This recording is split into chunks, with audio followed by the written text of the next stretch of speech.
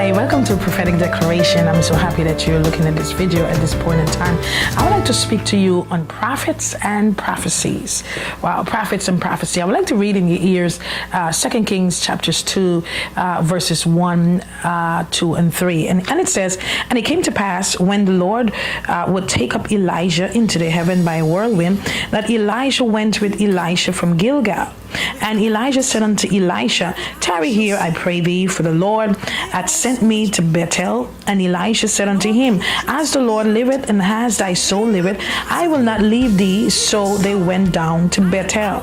And the sons of the prophets that were at Bethel came to Elisha and said unto him, Knowest thou that the Lord will take away thy master from thine head today? And he said, Yea, I know it.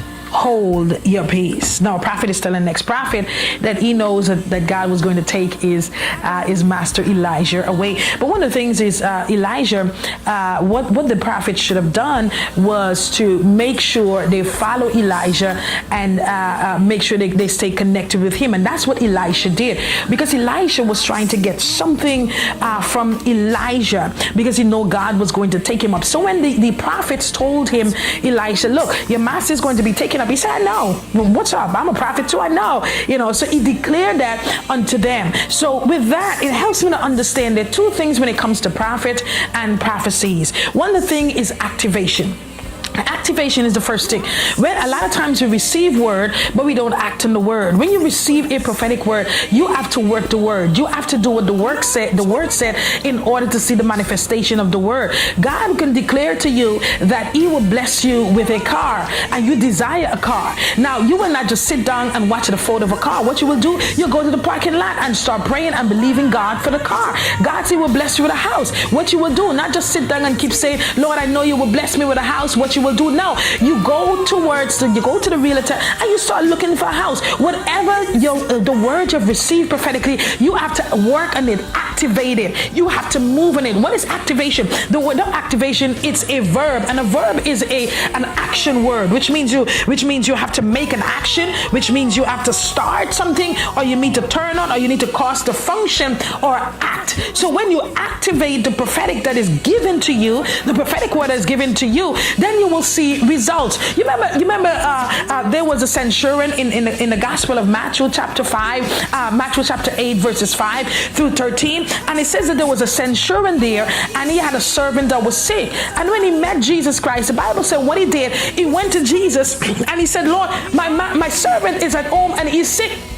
My master is home and sick. And here Jesus declared to him in verses 7 of Matthew chapter 8. He says, and saying, Lord, my servant lied at home sick of palsy, grievously torment. And Jesus said unto him, I will come and heal him. The centurion answered and said, Lord, I am not worthy that thou should come unto my roof, but speak thy word. Speak the word, logos, which means to give divine utterance, or speak to a conclusion, or divine or speak prophetically. So here the centurion said, Lord, you don't have to come into my house. And I love the fact that the centurion said, Lord, you just speak the word. And when the word was spoken, the servant was not there, but healing took place. Because what happened, the centurion had the faith, and he believed when Jesus spoke the word that his servant was going to be healed. And that's what happened. We find in verses 13 of Matthew 8, it says, and Jesus said unto the centurion, Go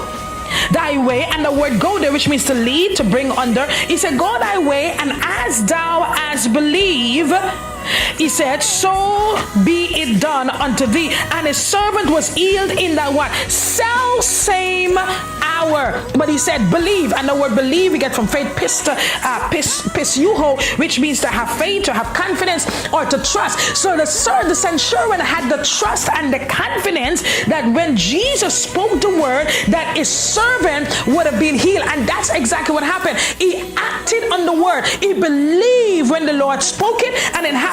You remember Naaman in 2 Kings chapters 5. Naaman, when he went to the prophet, and the prophet Elijah said unto him, he said to go, and he said, when you go, I want you to go and you will dug in the Jordan River, and when you dug there 7 times, you shall be healed. But when Elisha told Naaman to go and what he told him to do, he did not follow instruction. Why? Because he believed. He said, no, out of all those rivers, could you tell me to go in one that is cleaner? But the Naaman's servant said, look, if the man of God had told you to go somewhere else, wouldn't you have done it? But then what happened? He came to realize that he had to activate. He had to go in it. The second thing you had to do was to cultivate. When you cultivate, it means that you are refining or producing, or it means that you are devoting oneself or to promote the growth. Because cultivation means it's an adjective, and an adjective is something where you have to make sure that you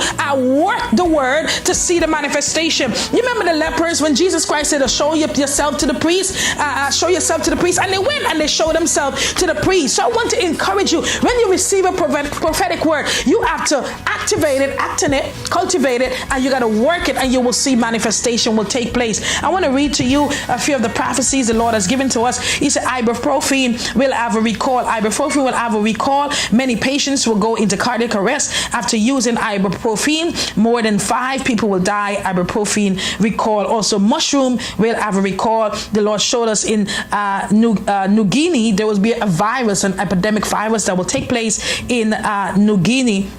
And this virus will be Ebola will take place again in New Guinea. To see more of these prophecies, go to myrtlenesamson.org. God bless you, love you, and see you next week.